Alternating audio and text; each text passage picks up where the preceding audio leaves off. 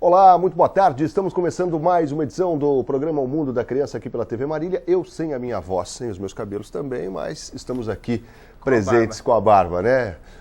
Dr. Francisco Agostinho Júnior, professor da Faculdade de Medicina da Unimar, conosco aqui no programa O Mundo da Criança. Doutor Agostinho recebendo hoje, não, doutor, professor Dr. Rossano César Bonato, que é chefe do Departamento de Pediatria da Unesp Botucatu, responsável pela disciplina de Cirurgia Pediátrica, e também o professor Dr. Newton Carlos Machado, responsável pela disciplina de Gastroenterologia e Hepatologia e Nutrição Pediátrica da Unesp de Botucatu. Gente, assim, do mais alto garbo e elegância conosco aqui no programa O Mundo da Criança de hoje. Muito boa tarde, doutor. Muito boa tarde, Marcos. Muito boa tarde a você, telespectador, que inicia com a gente o programa O Mundo da Criança. Hoje nós estamos realmente entusiasmados, felizes. Nós estamos recebendo colegas da Faculdade de Medicina de Botucatu. Nós tivemos a oportunidade hoje de ouvi-los numa reunião na Universidade de Marília.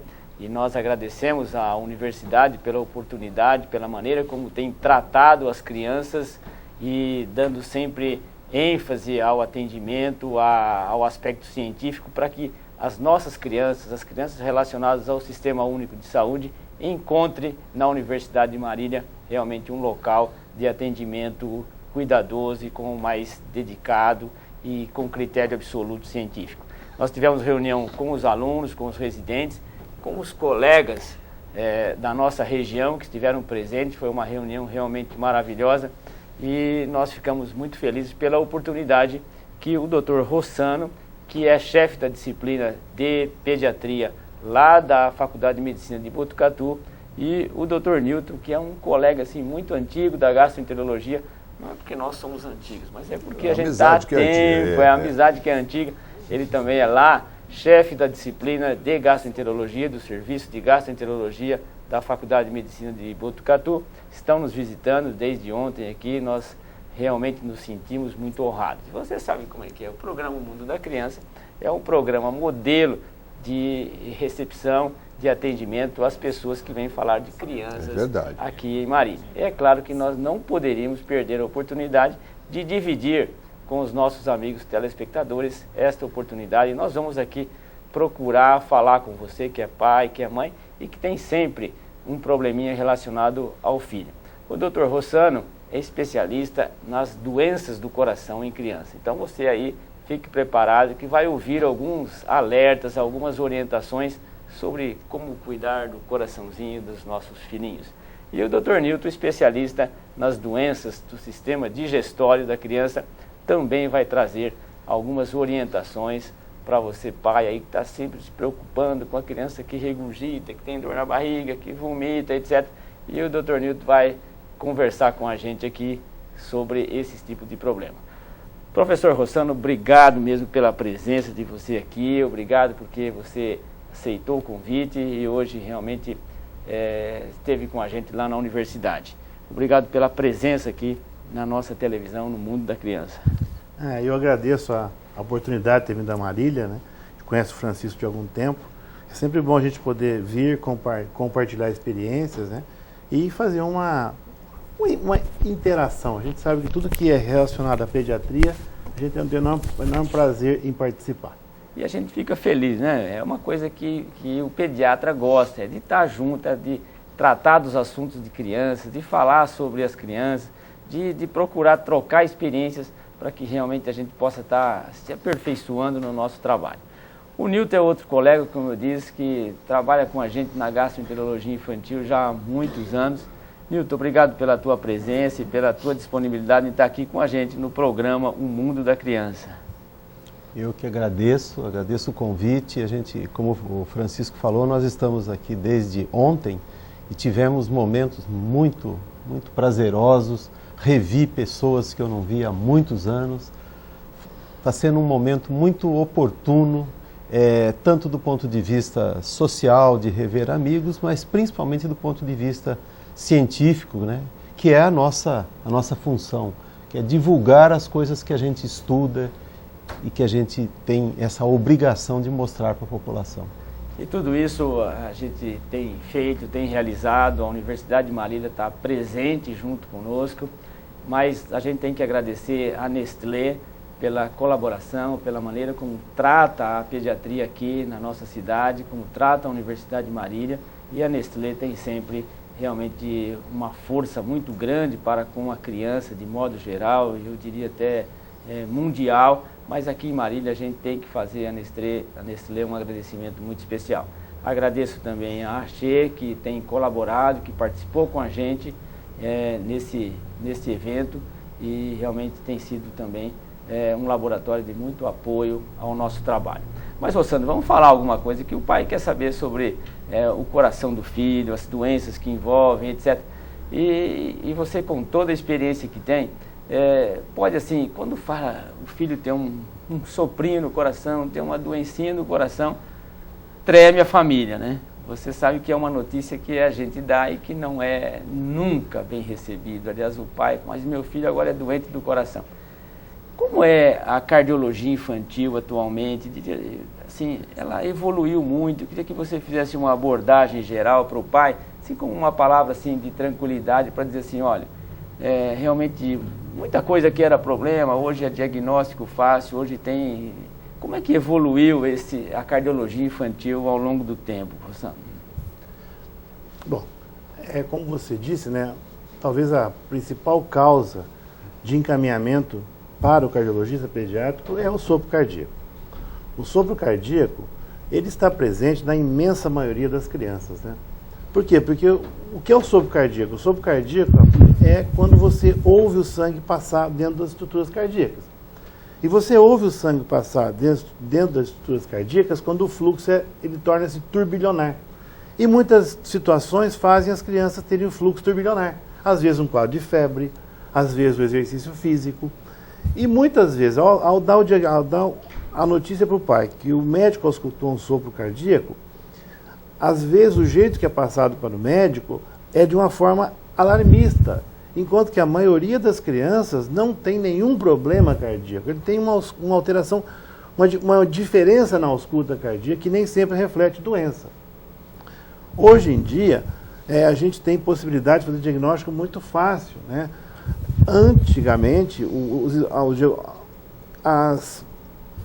os modos diagnósticos eram mais difíceis. O ecocardiograma era um equipamento muito caro, não era todo lugar que tinha. Hoje, todas as cidades de médio porte têm um ecocardiografista e muitas vezes é uma forma de fazer o diagnóstico sem ter nenhum risco para fazer o diagnóstico. E hoje em dia também, o que mudou muito na cardiologia pediátrica foi a possibilidade do diagnóstico ser feito intraútero. Então, hoje em dia, por meio de um ultrassom obstétrico, é possível você fazer o obstetra suspeitar de uma cardiopatia e fazer um eco fetal. Porque algumas malformações cardíacas graves, que antigamente, certamente, ao nascer o paciente, a criança frequentemente falecia, é possível fazer um diagnóstico precoce antes que ele nasça e que ele vai nascer num lugar que tenha condição de tratá-lo.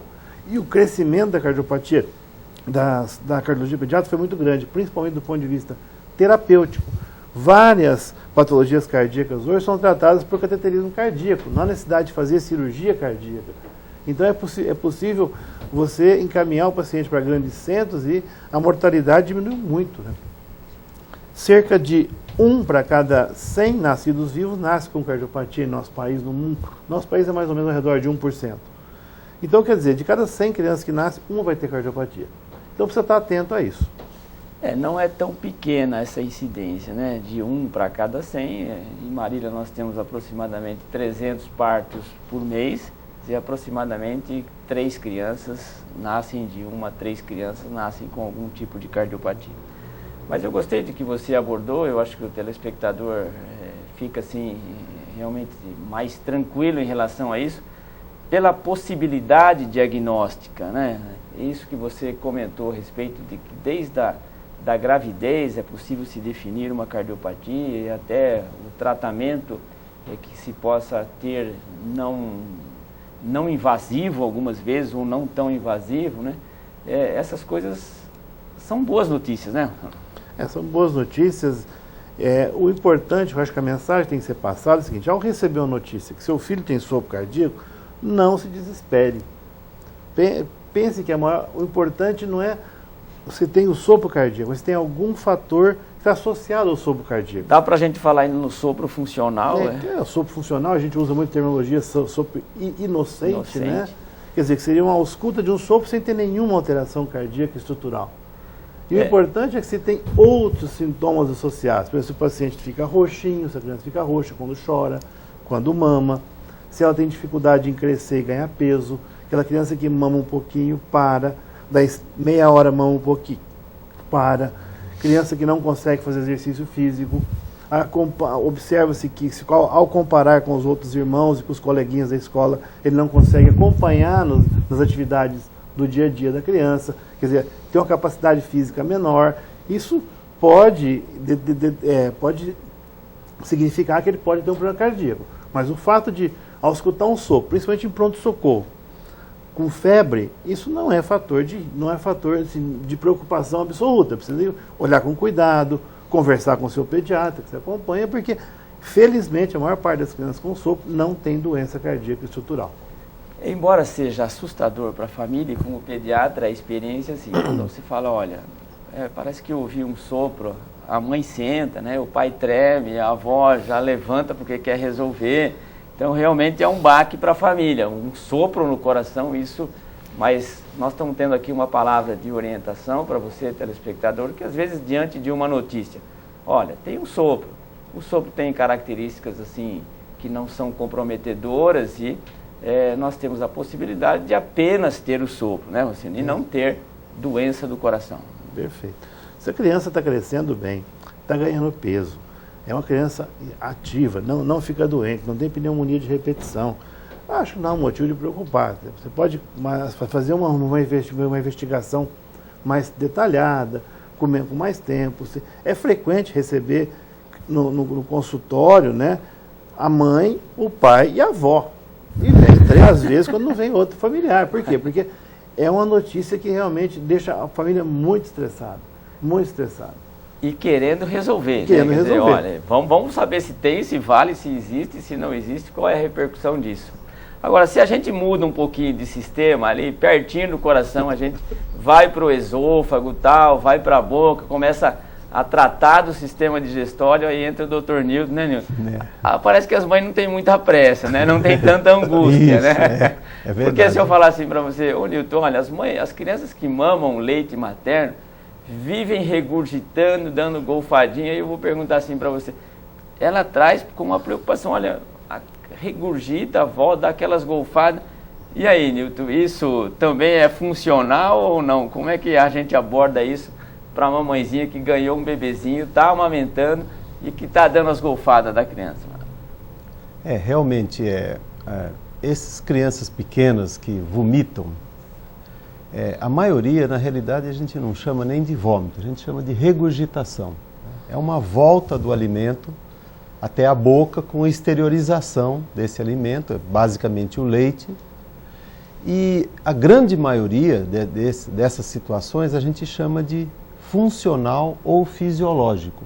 Ou seja, não tem uma doença por trás, não tem uma alteração do canal que leva o leite da boca até o estômago. Não tem uma lesão, não tem uma inflamação. A maioria ainda é uma fase de imaturidade da criança.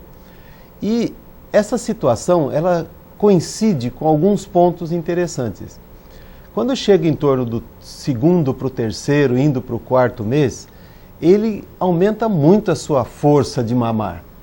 E se ele mama, por exemplo, leite materno, ele agora, nesse momento, ele já esvazia bem a mama. Ele mama até o fim.